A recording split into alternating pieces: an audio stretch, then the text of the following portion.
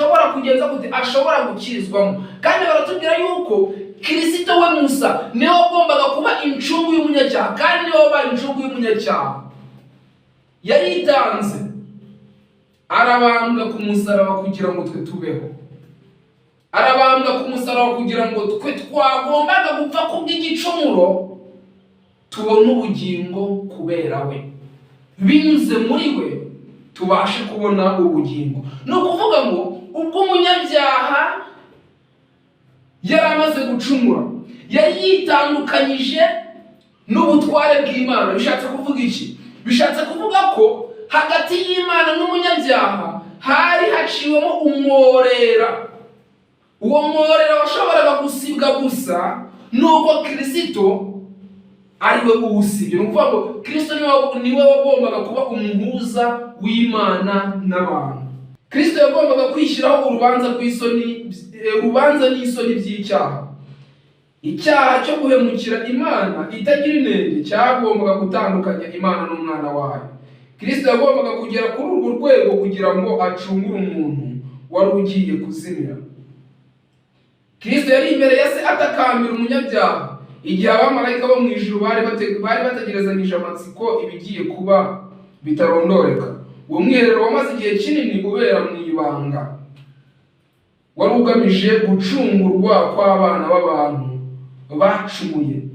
Inama y'agakiza yari yarateguwe mbere yo kuremwa kw'isi, kuko Kristo ari umwana w'intama watambwe uhereye ku kuremwa kw'isi.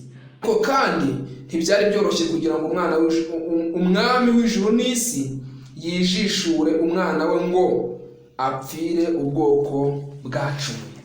Mu by'ukuri ahangaha tubonye yuko hari uburyo Imana yari yarateganyije yuko binyuze muri Kristo Yesu, binyuze mu rupfu rwa Kristo, umunyabyaha ashobora kongera kunga ubumwe n'Imana. None natwe twabonye muri Yesaya mu gice cyaho cya mbere, dusoma ku murongo wa 6, niho bavuze ngo uhereye mu bworo bw'ikirenge ukageza mu mutwe nta hazima, ahubwo n'inguma n'ibibyimba n'ibisebe binuka bitigeze gukandwa cyangwa gupfukwa, nta nubwo byababajwe n'amavuta.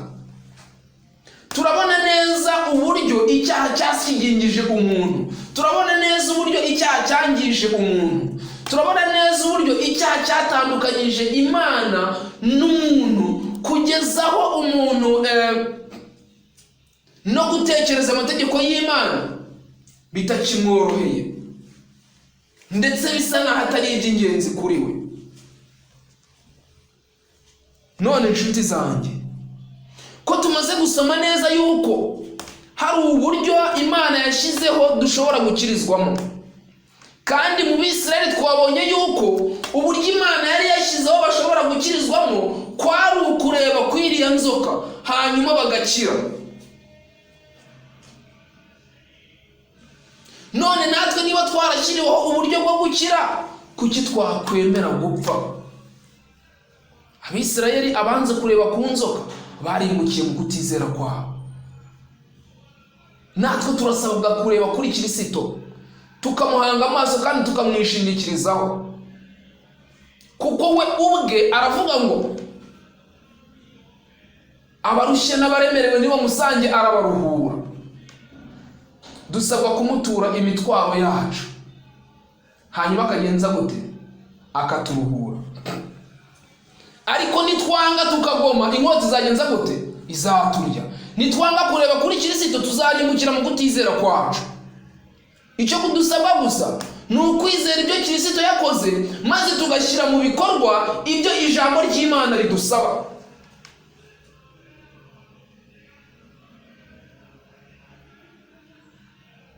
Abo ku munsi wa Pentekote ubwo bigishwaga, ijambo ry'Imana ryabacumise ku mutima, rimaze kubacumita ku mutima barabaza bati, mbese tugire dute? Ijambo rya mbere Petero abasubije niri ngo nimwihane. Petero abasubije ngo nimwihane. Kwihana ni iki? Kwihana ni ukubabazwa n'ibyaha no kubicikaho. Natwe turasabwa kubabazwa n'icyaha ndetse no kugenza gute? No kugicikaho. Abisirayeli ubwo babonaga ko bibayobeye, bababajwe nuko bagenzi babo bari gupfa, bahisemo gutakambira Mose ngo basabire ku Mana. Kandi Imana yumvise gutaka kwabo maze igenza gute? Irabakiza.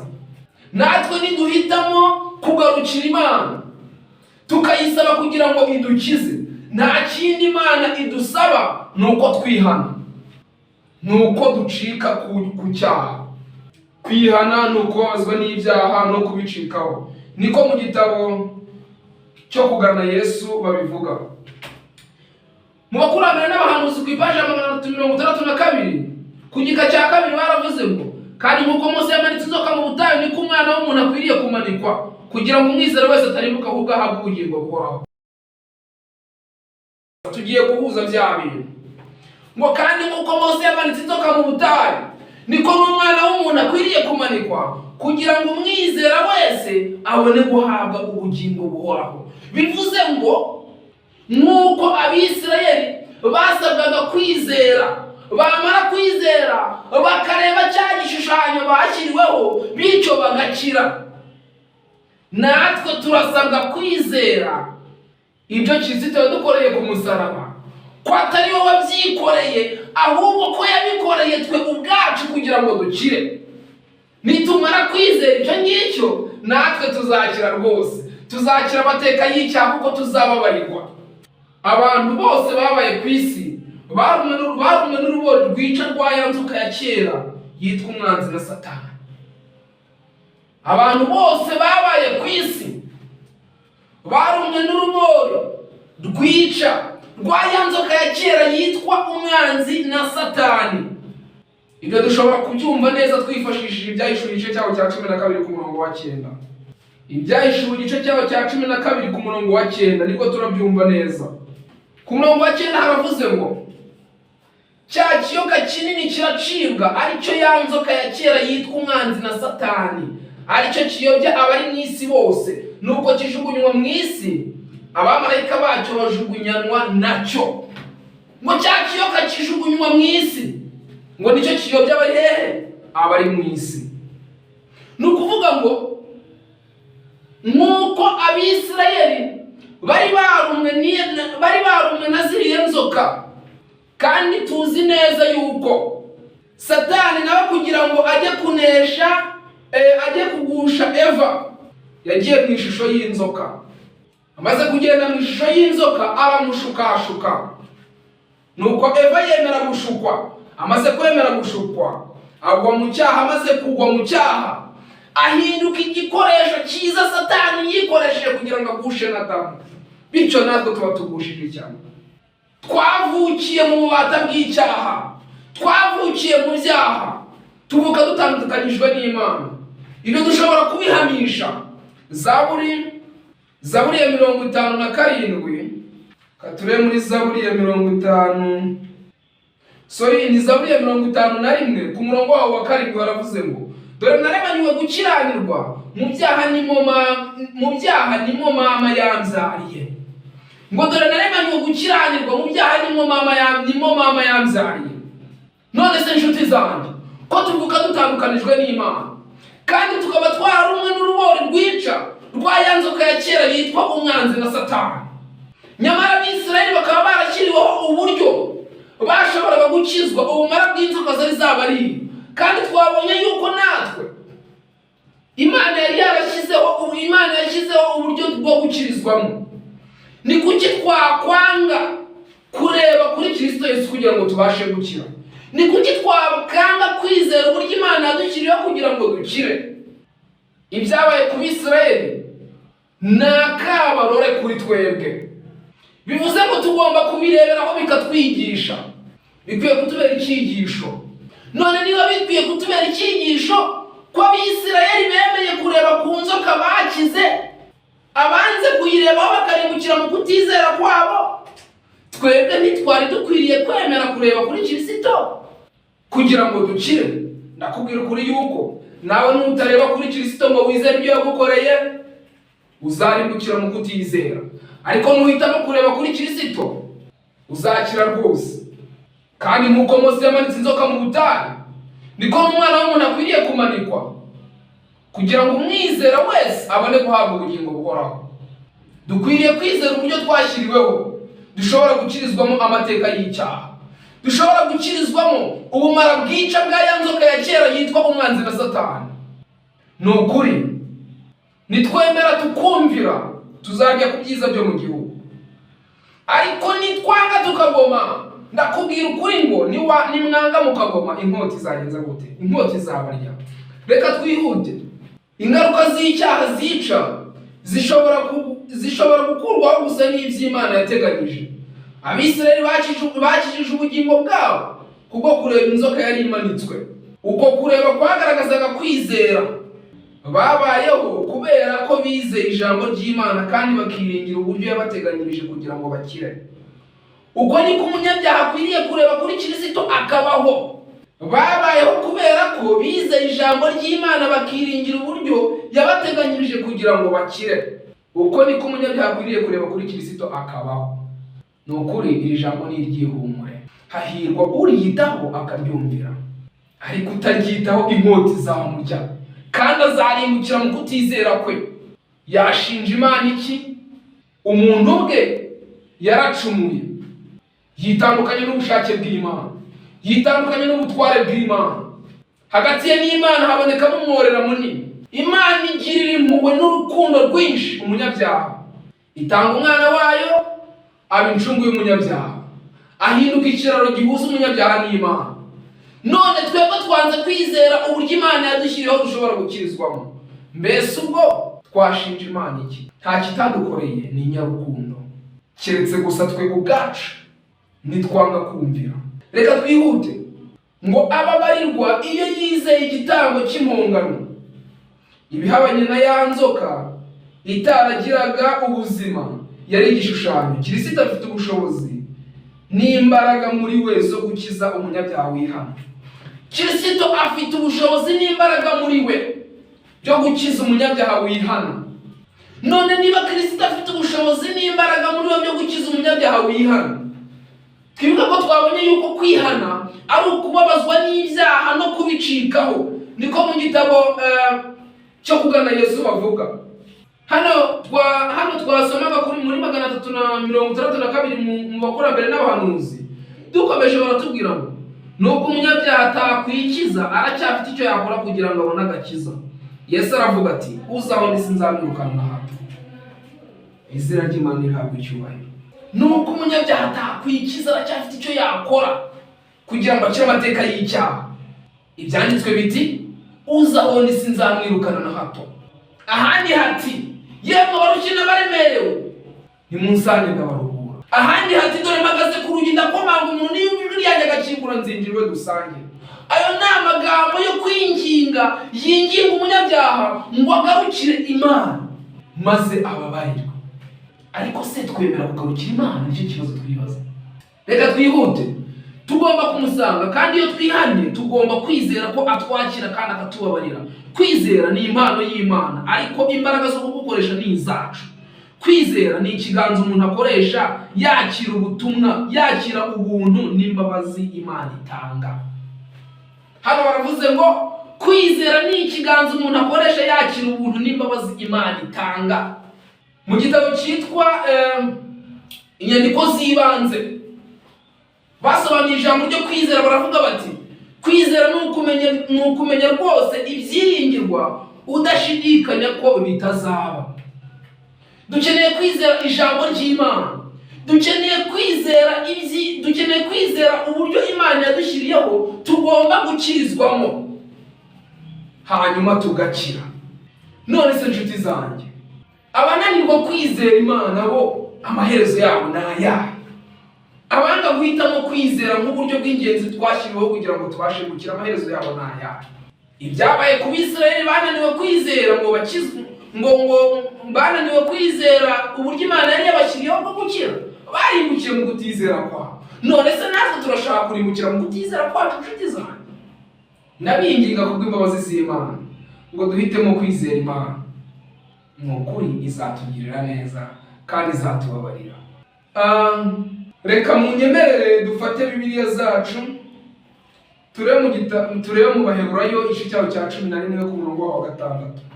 Mu gice cyaho cya 11 ku murongo wa 6 baravuze ngo ariko utizera ntibishoboka ko inezeza kuko uwegera Imana akwiriye kwizera yuko iriho ikagororera abayishaka. Ngo utizera ntibishoboka ko ayinezeza kuko uwegera Imana akwiriye kwizera yuko iriho ikagororera abayishaka. Ni ukuvuga ngo turasabwa kwizera yuko Imana iriho, turasabwa kwizera Imana. Imana ibabazwa no kutizera kwacu, ariko kandi twibuka yuko kwizera ari impano y'Imana. Dukwiriye gusaba kandi tugasenga ubudacogora, tugasaba Imana kugira ngo itugirire ibambe, iduhe kuyizera. Imana izabidusohoreza kuko icyishishikaje nuko tubona agakiza kandi nuko twitandukanya n'ibyaha. Reka twihute nanone turebe mu gitabo cy'intambara ikomeye ku ipaji ya 674. 674 haravuze ngo Imana yatanze ibihamya bihagije mu ijambo ryayo bigaragaza imico y'ubumana bwayo. Ukuri gukomeye kwerekeye gucungurwa kwacu kwarahishuwe kubwo gufashwa na Mwuka Muziranenge wasezeraniwe abamushakana ukuri bose. Uko kuri gukwiriye kumenyeshwa umuntu wese ku giti cye.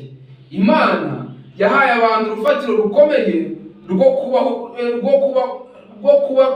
kubakaho kwizera kwabo. Imana yahaye abantu urufatiro rukomeye rwo kubakaho kwizera kwabo. Icyakora ibitekerezo bigufi by'abantu ntibishobora na gato gusobanukirwa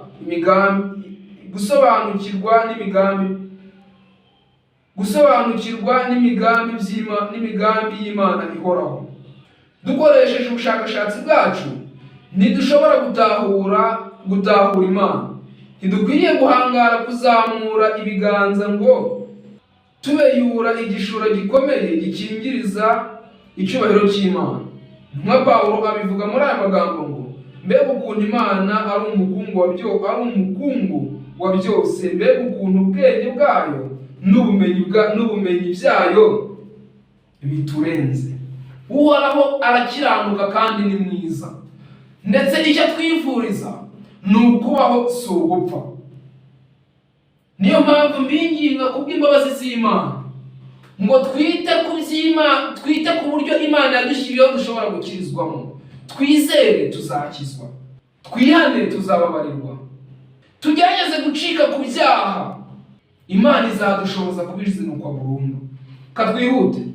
Nta kintu na kimwe gishobora kuduhesha n'umwe mu migisha y'isezerano ry'ubuntu uretse ubutungane bwa Kristo. Hariho abantu benshi bifuje cyane kandi bagerageza kubona iyo migisha, ariko ntiyabakiriye kubera ko bibwira ko hari icyo bakora kugira ngo bemerwe. Ntibaratera inaryo umugongo ngo bizere yuko Yesu ari umukiza ufite byose. Ntidukwiriye gutekereza yuko imirimo yacu myiza izadukiza. Kristo niwe byiringiro byacu rukumbi by'agakiza, kuko ari nta rindi zina munsi y'ijuru ryahawe abantu dukwiriye gukirizwamo. Nitwiringira Imana rwose, tukishingikiriza ku byo Yesu yakoze we mukiza ubabarira ibyaha, tuzabona ubufasha bwose dushobora kwifuza. Ni mucyo rero kugira umuntu wirebaho nk'aho afite imbaraga yo kwikiza. Yesu yadupfiriye kubera ko tutari dushoboye kwikiza. Muri we niho hari ibyiringiro byacu, gutsindishirizwa kwacu n'ubutungane bwacu. Igihe tubonye gukiranirwa kwacu ntidukwiriye gucika intege no gutinya ngo nta mukiza dufite, cyangwa ngo nta bitekerezo byo kutugirira imbabazi afite. Muri iki gihe ubwacyo araturarikira kumusanga uko turi impezamajyo ngo dukizwe.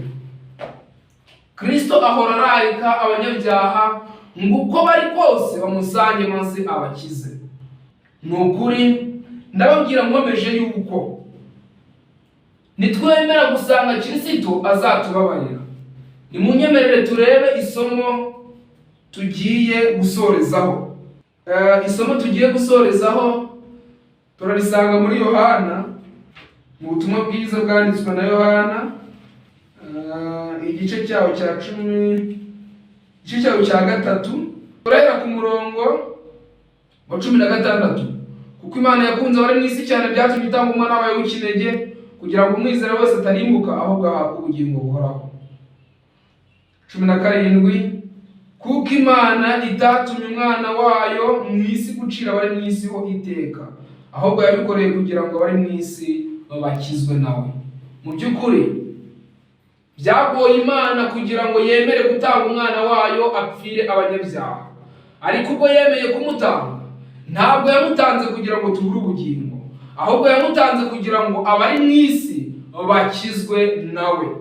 Ni muri ubwo buryo rero reka twite ku mugisha w'Imana, reka twite ku buryo Imana yadushyiriyeho dushobora gukirizwamo, maze dusange uhoraho, dutakambe dusaba Imana kugira ngo itubabarire kubw'imbabazi zayo, dutakambe dusaba Imana kugira ngo itugirire neza, ikuraho gukiranirwa n'ibicumuro byacu, yenyureho rwose ibidatunganye bitubonekaho, tuyisabe kugira ngo itubabarire, izabidusohoreza rwose kuko yabisezeranye. Mureke mu gusoza duhombeke amaso dusenge.